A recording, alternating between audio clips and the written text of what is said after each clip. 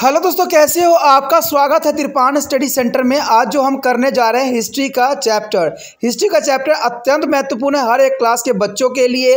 खास तौर पे जो यूपीएससी एग्जाम तैयार करना चाहते हैं तो इस वीडियो का जो है फ़ायदा उठा सकते हैं और ये काफ़ी इंपॉर्टेंट भी उनके लिए रहेगा। चलिए देखते हैं हमारा आज टॉपिक क्या है। मौर्य शासन के अधीन भारत। देखिए, मौर्य साम्राज्य के अधीन जब भारत गया तो इसकी अपनी एक विशेषता थी। कहते हैं धनानंद जो था बहुत क्रूर राजा था और वो जो था प्रजा में जो है अशांत राजा के रूप में जाना जाता था। तो मौर्य ने इसका फायदा उठाया और चंद्रगुप्त मौर्य ने उसको हरा के अपना राज्य की स्थापना किया। मौर्य ने शासन की बहुत ही बेहतर पद्धति स्थापित किया जिसमें राजा की मुख्य भूमिका थी और एक मंत्री परिषद जिसकी सहायता करती थी। परंतु शासन से संबंधित सभी मामले जैसे लगान, कानून और व्यवस्था, युद्ध अथवा किसी भी संबंधी विषय में अंतिम निर्णय स्वयं ही राजा ही लेता था। इसे आशा की जाती थी कि वह बहुत ही कुशल हो और वह हर समय उसके प्रशासन अधिकारियों की पहुंच उस तक बनी रहे। अपने शिलालेखों के एक अभिलेख में उनके द्वारा एक घोषणा की गई कि सामान्य जनता कोई भी व्यक्ति किसी भी समय उससे मिल सकता था। उसने यह भी घोषणा किया था कि उसकी संपूर्ण प्रजा उसकी संतान के समान है और वह उस सभी की सुख समृद्धि की कामना करता था, और न सिर्फ इस संसार में बल्कि मृत्यु के उपरांत दूसरे लोक में भी। राजा ने मंत्रियों की एक जो है परिषद बनाई थी जिसमें मंत्री परिषद कहते थे और अन्य अनेक अधिकारी थे जो उसे अपने कर्तव्य के निभाने में उसकी सहायता किया करते थे, और इस अधिकारियों को जो है अमात्य, महामात्र और जो है अध्यक्ष कहकर जो है बुलाते थे। और शास्त्र में जो है 27 ऐसे अध्यक्ष अथवा जो अधिकारियों की सूची दी गई है जिनका दायित्व था कि विभिन्न आर्थिक विभागों जैसे कृषि, खनन यानी बुनकर और व्यापारी भागों को संचालित की देख रेख करें।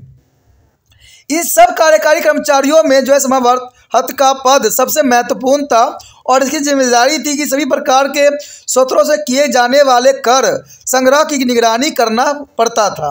ऊपर उल्लिखित अधिकांश जो अध्यक्ष उसे आदेश पर कार्य करते थे। मौर्य ने बहुत ही बड़ी संख्या में सैनिकों की भी नियुक्ति किया हुआ था। मौर्य के पास एक बहुत ही विशाल सेना थी और ईरानी लेखक जलिस्टन के अनुसार चंद्रगुप्त की सेना में 6 लाख पैदल सैनिक, 30,000 घुड़सवार और जो है 9,000 हाथी और 8,000 रथ थे। तो आप समझ सकते हो कि उसकी सैनिक जो थी बहुत ही विस्तृत थी। यद्यपि ऐसा लगता है कि यह संख्या बहुत बड़ा चढ़ा कर लिखी गई है, परंतु मौर्य के पास एक विशाल सेना थी, इस बात की सच्चाई है, इसमें कोई संदेह नहीं है। मैगनीज ने लिखा है कि किसी भी सेना की विभिन्न शाखाओं की प्रशासनिक कार्य की पूर्ति प्रत्येक में 5 सदस्यों की सदस्यता से संगठित 5 समिति द्वारा की जाती थी। किलों की सीमाओं की सुरक्षा का दायित्व जिसे दिया जाता था उसे हम अंतपाल कहते थे। जहाँ तक न्यायिक शासन का संबंध है, राजा जो है सर्वोच्च प्राधिकारी था, परंतु गांवों और प्रदेशों के स्तर पर अनेक दीवानी और आपराधिक अदालतें काम करती थी। ऐसा लगता था कि शायद अधिकांश मामलों का निपटारा गांव के बुजुर्गों के स्तर पर ही हो जाता था। मगध की राजधानी पाटलिपुत्र के अतिरिक्त संपूर्ण मौर्य साम्राज्य के 4 अन्य प्रदेश में बांट दिया गया था, जिनकी राजधानियां थी तक्षशिला उत्तर पश्चिमी भारत, सुवर्णगिरी दक्षिण भारत, तोशाली पूर्वी भारत और उज्जैन पश्चिमी भारत।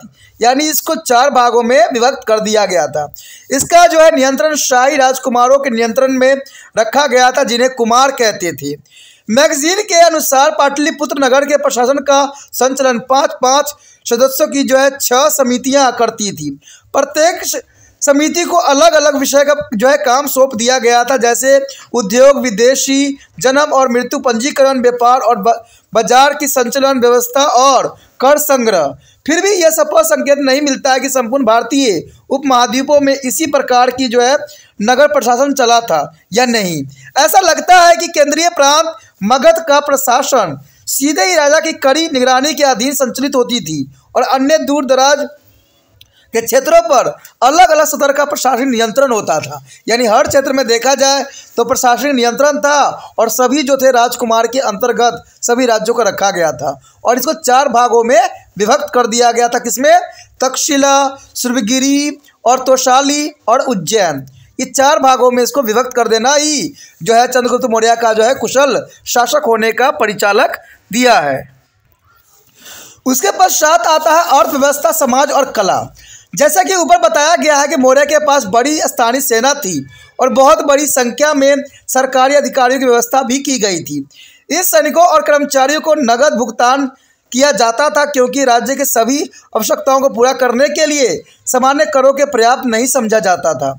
इसलिए ज़्यादा से ज़्यादा जो संसाधन पैदा करने के लिए अनेक प्रकार की आर्थिक गतिविधियां भी चलाई जाती थी। इस काल में अर्थव्यवस्था का मुख्य आधार था कृषि। मौर्य शासकों ने परती यानी खाली भूमि को खेती बाड़ी के उपयोग में लाने के लिए नए कृषि आधारित स्थलों का निर्माण कराया। खेतों में काम करने के लिए अधिक जनसंख्या वाले क्षेत्रों से लोगों और युद्ध बंदियों को यहाँ लाकर बसाया गया और इस गांव का जो है स्वामित्व राजा के पास ही था। जो भी कर्मचारी इसके देखभाल करते थे उन्हें जो है सीताध्यक्ष अथवा कृषि अधीक्षक कहा कहते थे। शासकीय कृषि क्षेत्रों में धर्मों के अतिरिक्त निजी भूस्वामी भी थे, जो राज्य के अनेक प्रकार के कर दिया करते थे। सिंचाई के महत्व को सभी जो है भली भांति जानते थे और चिन्हित भूमि के लिए किसानों को अधिक कर देना भी पड़ता था।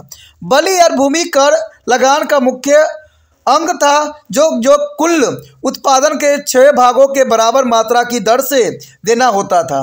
किसानों को और भी अनेक करों का भुगतान करना पड़ता था, जैसे पिंडक, हिरण्य, भाग और भोग इत्यादि।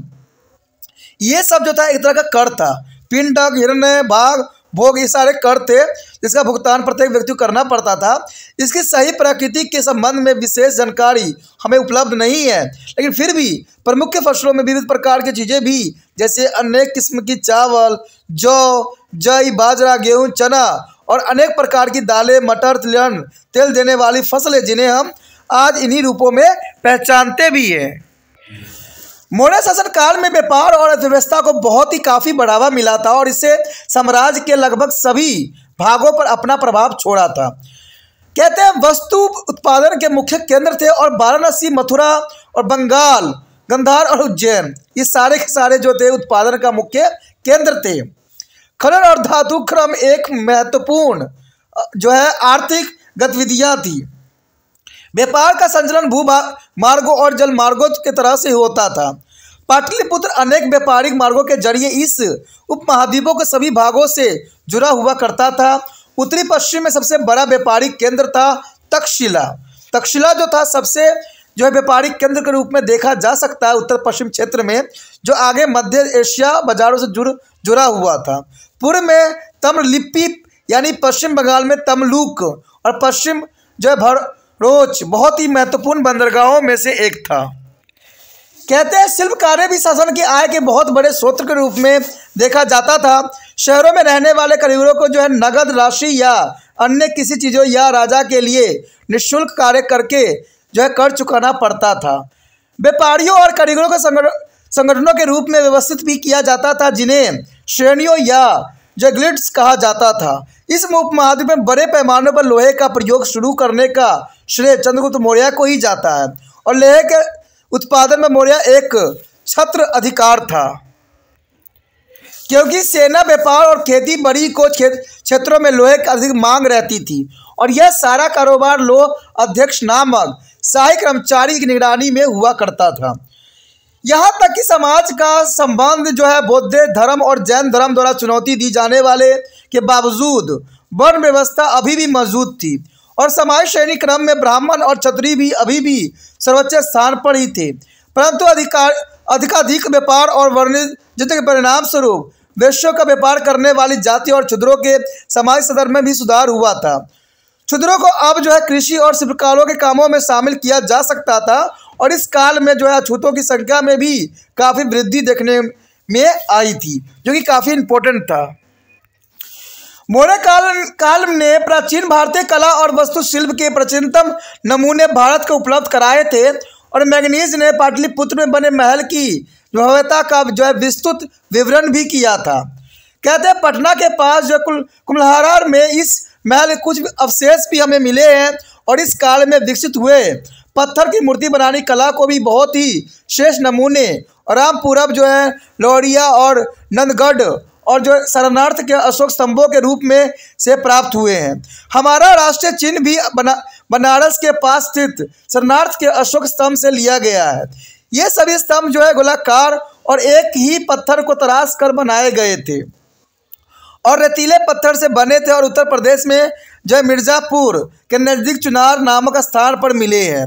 मौर्य काल के स्तंभ जो संबंध कुछ चट्टानों से कटाई करके बनाए गए वस्तु शिल्प के नमूने भी हैं। जैसे गाय के पास जो है बाराबारा पहाड़ी में बनी जो है लोमस ऋषि गुफा भी हमें मिले हैं।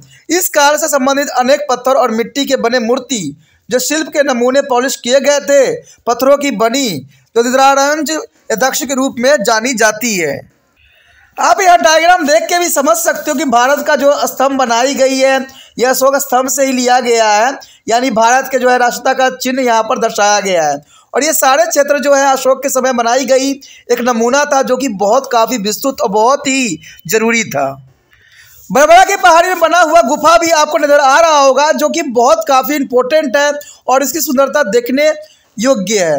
कहते हैं ये बहुत काफ़ी इंपॉर्टेंट था जो कि अशोका के द्वारा बनाया गया जो बौद्ध धर्म के प्रचार के लिए बनाए गए स्तंभों में से एक था। तो ये सारे चित्र जो थे महत्वपूर्ण थे और ये हमें बहुत कुछ सिखाते हैं, बहुत कुछ हम जानते हैं। कहते हैं ये काफ़ी इंपॉर्टेंट था मौर्य अशोक के जो है वंशज के बारे में, ठीक है, यानी मौर्य साम्राज्य के बारे में ये विस्तृत जानकारी थी जिसमें हर एक पहलू पर हमने चर्चा किया जो कि बहुत इम्पोर्टेंट था। तो इसी के साथ हमारा ये चैप्टर ख़त्म हो जाता है जो कि बहुत काफ़ी इम्पोर्टेंट था। अगला चैप्टर और भी इम्पोर्टेंट है तो उसको देखना नहीं भूलना।